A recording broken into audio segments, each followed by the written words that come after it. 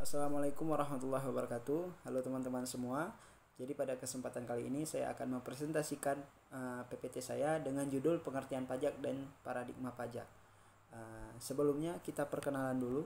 Perkenalkan, nama saya Ridzawi dengan NIM 2202115157. Saya adalah seorang mahasiswa dari Universitas Malikus Saleh, lebih tepatnya di Prodi Administrasi Publik. Jadi apa sih itu pajak? Pajak adalah kontribusi wajib kepada negara yang terutang oleh orang pribadi atau badan yang bersifat memaksa berdasarkan undang-undang dengan tidak mendapatkan imbalan secara langsung dan digunakan untuk keperluan negara bagi sebesar-besarnya kemakmuran rakyat. Dan apa saja yang harus kita pahami soal pajak? Yang pertama, kita harus memahami tentang fungsi pajak, kita harus memahami tentang jenis pajak yang dikelola oleh pemerintah pusat, sistem pemungutan pajak yang berlaku di Indonesia, dan asas pengenaan pajak di Indonesia. Oke, pajak menurut para ahli, di sini saya mengambil menurut PJA Adriani mengemukakan bahwa pajak adalah pungutan atau iuran masyarakat kepada negara yang dapat dipaksakan serta tertuang bagi wajib membayarnya sesuai peraturan perundang-undangan. Pembayaran pajak tidak memperoleh imbalan langsung yang bisa ditunjuk dan dipakai dalam pembiayaan untuk keperluan negara. Oke, di sini saya akan menjelaskan apa sih itu paradigma pajak. Paradigma pajak adalah kerangka berpikir atau model konseptual yang digunakan untuk memahami dan menjelaskan pengelolaan dan penerapan pajak. Paradigma mencakup asumsi dasar, konsep, nilai, dan praktik yang diterima secara luas oleh komunitas ilmiah atau profesional dalam bidang tersebut. Yang pertama yaitu ada paradigma pajak klasik, yaitu pada awal abad 18 sampai 19. Paradigma pajak klasik menekankan pada kewajiban pembayaran pajak sebagai kontribusi kepada negara tanpa imbalan langsung.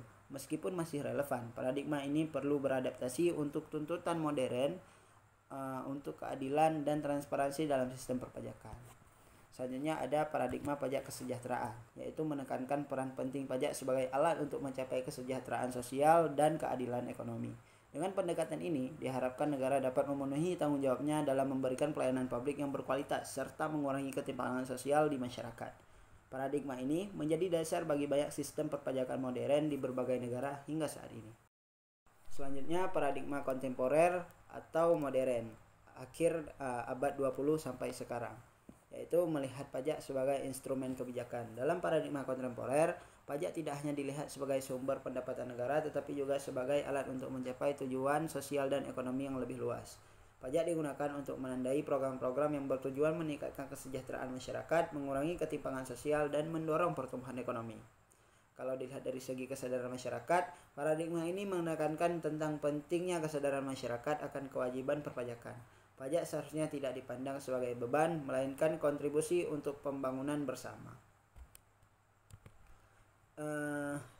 Dapat saya simpulkan, perkembangan dari paradigma pajak menunjukkan bahwa sistem perpajakan tidak statis, melainkan terus berevolusi seiring dengan perubahan konteks sosial, ekonomi, dan politik. Setiap paradigma memiliki karakteristik dan fokus yang berbeda-beda, dan masing-masing memiliki kelebihan dan kekurangan.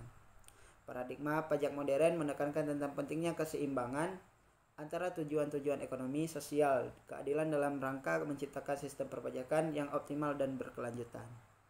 Oke, mungkin itu saja pemaparan materi dari saya. Lebih kurangnya saya mohon maaf. Wabillahi taufik wal hidayah. Assalamualaikum warahmatullahi wabarakatuh.